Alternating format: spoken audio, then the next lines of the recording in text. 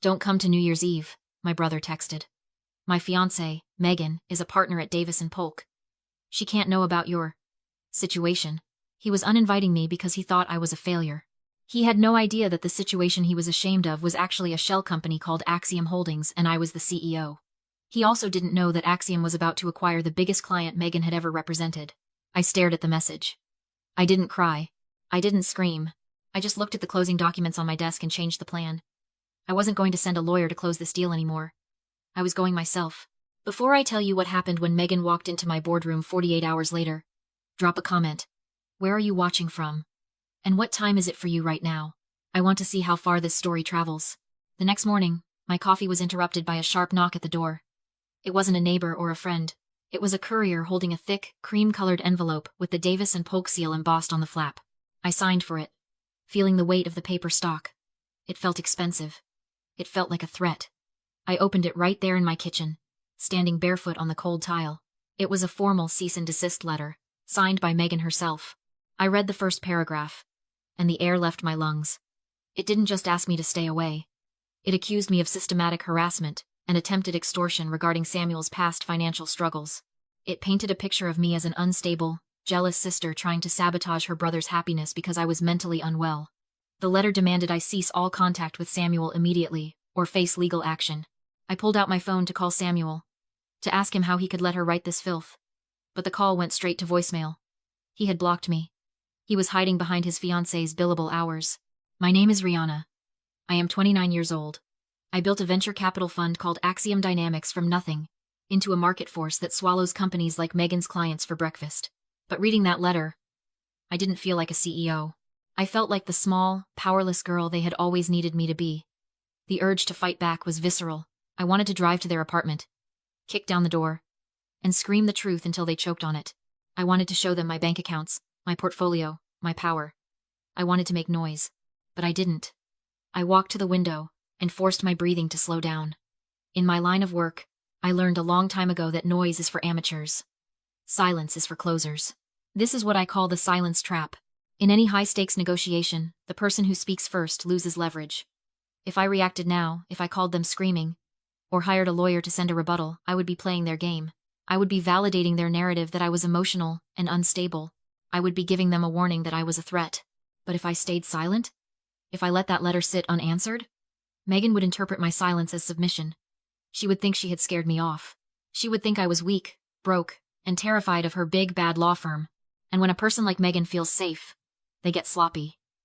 They get arrogant. They start putting things in writing that they shouldn't. This letter wasn't a defeat. It was a receipt. It was tangible, notarized proof that the lead counsel for the sellers held a personal, malicious bias against the principal of the buying firm. She had just handed me the weapon I would use to execute her career. I walked over to my filing cabinet and placed the letter inside a folder marked Acquisition Closing. I didn't call a lawyer. I didn't send a text. I simply let the silence settle over the apartment, heavy and cold. They wanted me to disappear? Fine. I would be a ghost. And on January 2nd, I would be the ghost that haunted them in the one place they couldn't escape, the boardroom. The word extortion burned on the cream-colored page. It would have been laughable if it wasn't so tragic. Megan thought I was trying to squeeze money out of her successful fiancé. She didn't know that the only reason Samuel wasn't wearing an orange jumpsuit right now was because I had drained my entire life savings to keep him out of one. I closed my eyes and the memory hit me like a physical blow. It was 3 years ago. 2 in the morning. My phone rang, cutting through the silence of my tiny studio apartment. It was Samuel. He wasn't the polished, arrogant man who blocked my number yesterday. He was sobbing. He was hyperventilating. He was calling from a holding cell at the county precinct.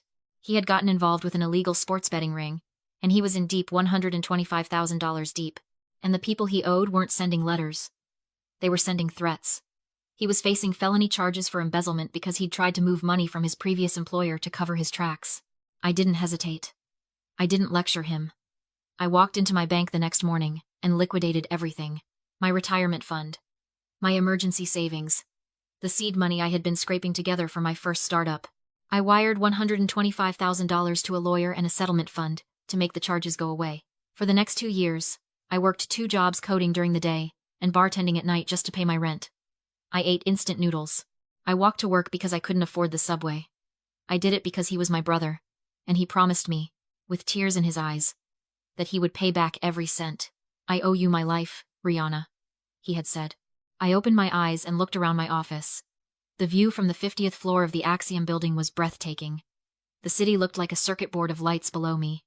I wasn't that desperate girl anymore. I was the founder of a fund with $2.5 billion in assets under management. I didn't need Samuel's money. I could buy and sell his entire existence before lunch. But that wasn't the point. The point was that he had never paid me back. Not a dime. And when he met Megan, the pedigree lawyer with the shiny reputation, he realized that having a sister who knew about his gambling addiction and his massive debt was a liability. He couldn't play the part of the successful, self-made partner if I was there to remind him of the truth. So he decided to rewrite history. He wasn't just ghosting me. He was erasing the debt by erasing the creditor. He thought that if he painted me as a crazy stalker, Megan would use her legal power to bury me, and his secret would stay buried with me. It was a cold, calculated move. It was financial fraud dressed up as family drama. He thought I was still the sister who would sacrifice everything to save him. He forgot that the girl who bailed him out had grown up. He forgot that I kept receipts. I swiveled my chair back to the desk. The cease and desist letter lay next to the acquisition file. Samuel wanted to pretend the past didn't exist. He wanted a clean slate for his wedding. Fine. I would give him a clean slate. But first, I was going to remind him that in the world of high finance, you can't just delete your debts, you have to pay them. And the interest rate on betrayal was about to be astronomical. I picked up the desk phone and dialed extension 402. James, my general counsel, answered on the first ring. He knew we were in the middle of a delicate acquisition. But he didn't know the opposing counsel was the woman currently trying to sue me for existing. James, I said, my voice flat and businesslike. I need a writer added to the closing documents for the TechFlow acquisition. Specifically, to the representations and warranties section for legal counsel. James paused. We're 48 hours from closing, Rihanna. The papers are already drafted. Unless it's critical, I wouldn't recommend opening the file again. It is critical, I said.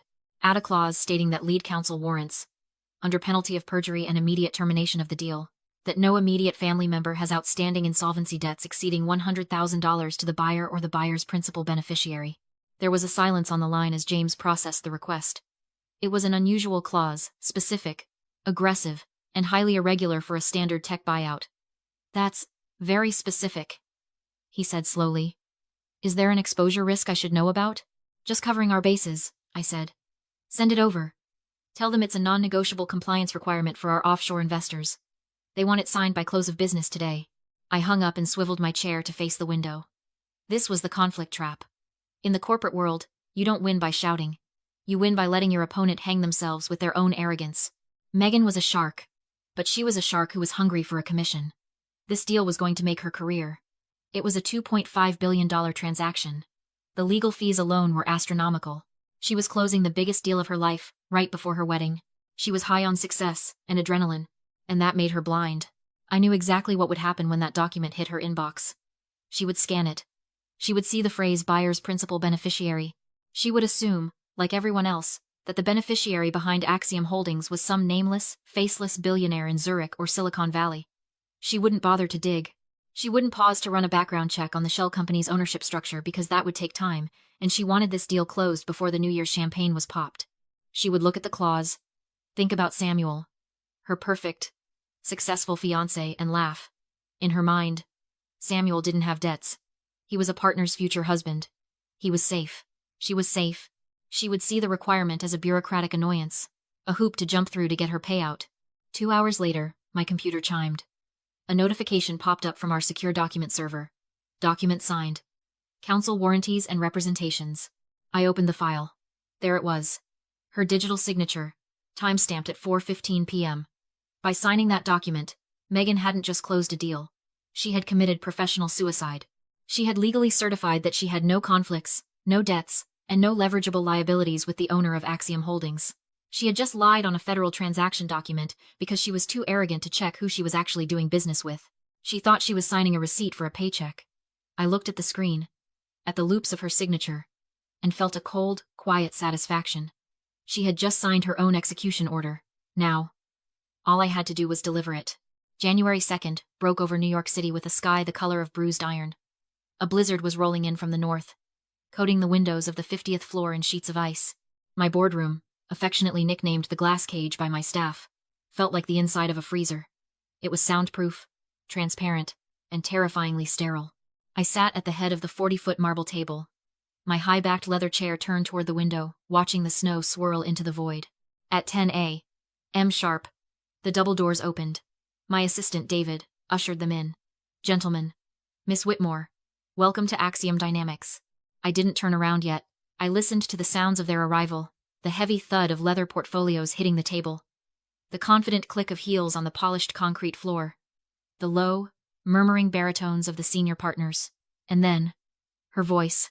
It was sharp, clear, and dripping with that specific brand of Ivy League condescension I had come to know so well. "Let's make this quick," Megan said. I could hear the smile in her voice as she addressed her colleagues. "I have a dress fitting at 4. Besides, once we walk them through the liability shield, this Axiom group will realize they don't have the leverage to demand half of these contingencies." "Careful, Megan," one of the senior partners warned, though he sounded amused. "The buyer is paying a 40% premium. They're entitled to be cautious." "There is cautious, and then there is paranoid," Megan scoffed. I heard the rustle of papers as she seemingly tossed the closing binder onto the table. "I mean, look at this principal beneficiary rider they made us sign yesterday. It's amateurish. It screams new money, trying to play with the big dogs. Whoever is behind this shell company is probably some insecure tech bro terrified of his own shadow." She owned the room, confident, articulate, untouchable. In the dark glass of the window, she looked unstoppable. The star associate. Future partner. The woman who had erased my brother's past and silenced his sister. She believed she held a royal flush. "Well," the senior partner said, turning toward my chair. "Let's meet the Wizard of Oz." "Miss?" I rested my hand on the armrest. "Chin. Rihanna Chin." I turned the chair. The silence was absolute. Megan froze mid-gesture, marker clenched in white knuckles. Recognition hit her in stages, confusion, denial, then pure horror as the truth snapped into place. The shell company. The clause. The debt. "Hello, Megan," I said calmly. "Please sit. Weren't you just explaining why my due diligence was amateurish?" She tried to speak. Nothing came out. "I don't know who she is," Megan stammered, grasping for control. "This is some kind of setup." I slid 2 documents across the table. "Exhibit A," I said. "Your cease and desist letter identifying me by name as Samuel's sister. Exhibit B. Your warranty, certifying no family debts over $100,000 to Axiom's principal beneficiary." I leaned forward. "That's me. And your fiancé owes me $125,000. She screamed denial. I played Samuel's voicemail, his tearful confession, his plea. The room went cold. Lawrence looked at her. "Get out. You're fired." Security stepped in. Megan snapped. She lunged, shoved me, then panicking smashed a glass pitcher and cut her own arm.